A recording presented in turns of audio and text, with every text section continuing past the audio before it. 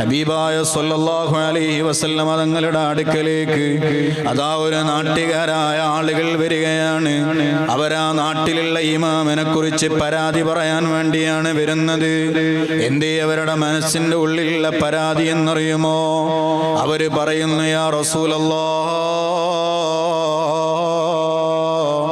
ഓ അല്ലാഹുവിന്റെ റസൂലേ, ഇന്നാലിന്ന ആളെ നിങ്ങൾ ഞങ്ങളുടെ നാട്ടിൽ ഇമാമത്തായി ഏൽപ്പിച്ച സ്വഹാബിയാണ്. പക്ഷേ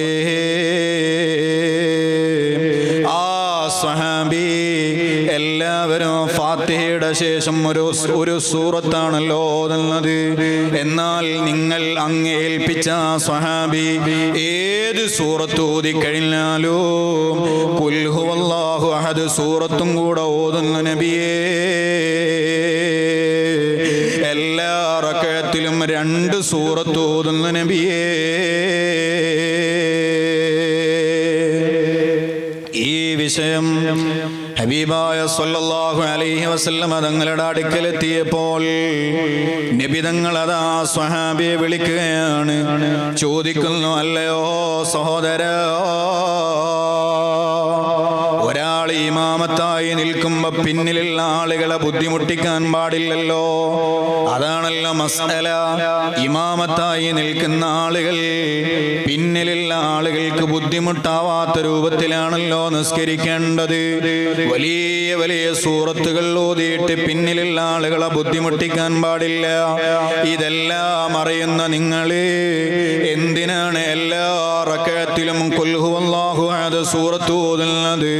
ആ സമയത്ത് ആ സ്വഹാബി പറയുകയാണ്, അല്ലയോ നബിയേ, പിന്നിലുള്ള ആളുകളെ ബുദ്ധിമുട്ടിക്കണമെന്ന ഉദ്ദേശത്തോടുകൂടെ അല്ല ഞാൻ ആ സൂറത്ത് ഓതുന്നത്. മറിച്ചോ, ഇന്നി ഉഹിബ്ബുഹാ, എനിക്ക് ആ സൂറത്തിനോട് വല്ലാത്ത മഹബത്താണ് നബിയേ, വല്ലാത്ത ഇഷ്കാണ് നബിയേ, വല്ലാത്ത സ്നേഹമാണ് നബിയേ.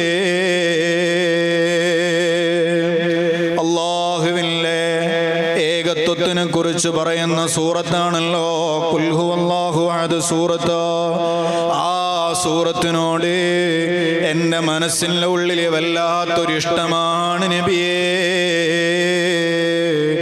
ആ വിഷയമങ്ങ് പറഞ്ഞപ്പോൾ അല്ലാഹുവിന്റെ റസൂല് ആ സ്വഹാബിയോട് പറഞ്ഞൊരു വാചകമില്ലയോ? ഈ ഐനുൽ നൂറിന്റെ മജ്ലിസ് നിത്യമായി കാണുന്ന CM വലിയുല്ലാഹിയോട് വലിയ മഹബത്ത് മനസ്സിൽ സൂക്ഷിക്കുന്ന എല്ലാ ആളുകൾക്കും വലിയ പ്രതീക്ഷയുള്ള മറുപടിയാണ് കേട്ടോ. ഈ ചിറ്റടി മീത്തൽ എന്ന് പറയുന്ന ഈ വലിയ വീട്ടില്, വലിയ വീടെന്ന് പറഞ്ഞത് വീടിന്റെ വലിപ്പമല്ല ഞാൻ ഉദ്ദേശിച്ചത്, മറിച്ച് അല്ലാഹുവിന്റെ അടുക്കൽ വലിയ സ്ഥാനമുള്ള ആളുകളുടെ പാദസ്പർശനം കൊണ്ട് അനുഗ്രഹീതമായ വലിയൊരു വീടാണല്ലോ. ഈ വീട്ടിൽ എന്തെങ്കിലും ഒരു പരിപാടി ഉണ്ട് എന്ന് അറിയുമ്പോ വ്യക്തിപരമായ തിരക്കുകൾ മാറ്റിവെച്ച്, കുടുംബപരമായ വിഷയങ്ങൾ മാറ്റിവെച്ച്, ബിസിനസ് പരമായ വിഷയങ്ങളെ മാറ്റിവെച്ച് ഈ വീട്ടിലെ ഖാദിമീങ്ങളായി ഓടി വരുന്ന ആളുകളില്ലയോ? വെറുതെ ആവൂല കേട്ടോ. അല്ലാഹുവിന്റെ റസൂല് സൂറത്ത് ഖുൽ ഹുവല്ലാഹു അഹദ് സൂറത്തിനോട് വലിയ ഇഷ്ടമാണെന്ന് പറഞ്ഞ സ്വഹാബിയോട് പറഞ്ഞത് എന്താണെന്ന് അറിയുമോ? ഹുബ്ബുക ഇയ്യാഹാ അദ്ഖലകൽ ജന്ന. അതേ, നിങ്ങളുടെ മനസ്സിൽ ആ സൂറത്തിനോടുള്ള മഹബത്തില്ലയോ? അദ്ഖലകൽ ജന്ന.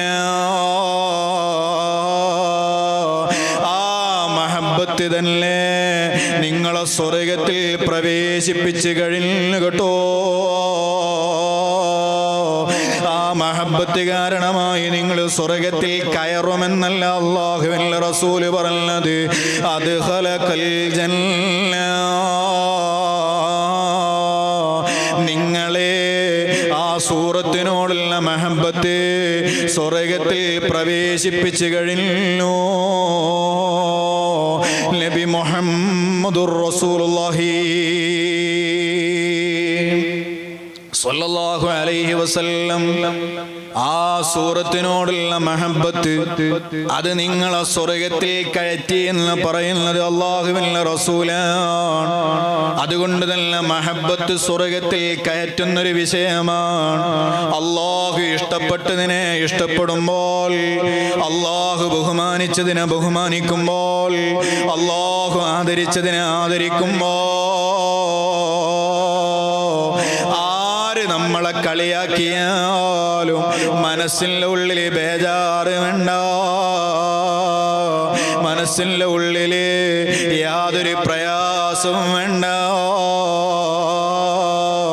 അല്ലാഹുവേ, ഖുതുബുൽ ആലമിന്റെ ഹളറത്തില് അവിടുന്ന് കിടന്ന് ഉറങ്ങിയ, അവിടുന്ന് നടന്ന, അവിടുന്ന് ഇബാദത്ത് ചെയ്ത, അവിടുന്ന് ധാരാളം ആളുകൾക്ക് ആശ്വാസം നൽകിയ, ധാരാളം ആളുകളുടെ മനസ്സ് നന്നാക്കിയ, ധാരാളം ആളുകൾ ആത്മീയതയുടെ ഉന്നതിയിലേക്ക് കൊണ്ടുപോയ വലിയൊരു ഹളറത്തിൽ വെച്ച് ഞങ്ങൾ ഈ മജ്ലിസിലേക്ക് വന്നതോ, ഞങ്ങളിവിടെ പങ്കെടുക്കുന്നതോ, ഇവിടെ സ്ഥിരമായിട്ട് ഭാഗമാകുന്നതോ എല്ലാം മഹാനോടുള്ള മഹബത്ത് കാരണമാണ്.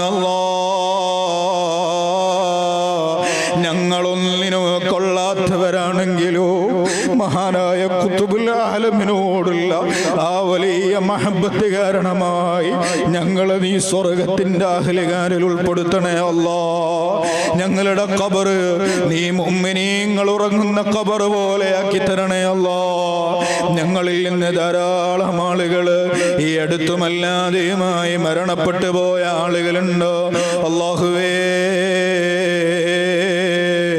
ഖുതുബുൽ ആലമിന്റെ ബറക്കത്ത് കൊണ്ട് അവരുടെ എല്ലാം ഖബറുകൾ നീ സന്തോഷമാക്കണേ റഹ്മാനേ.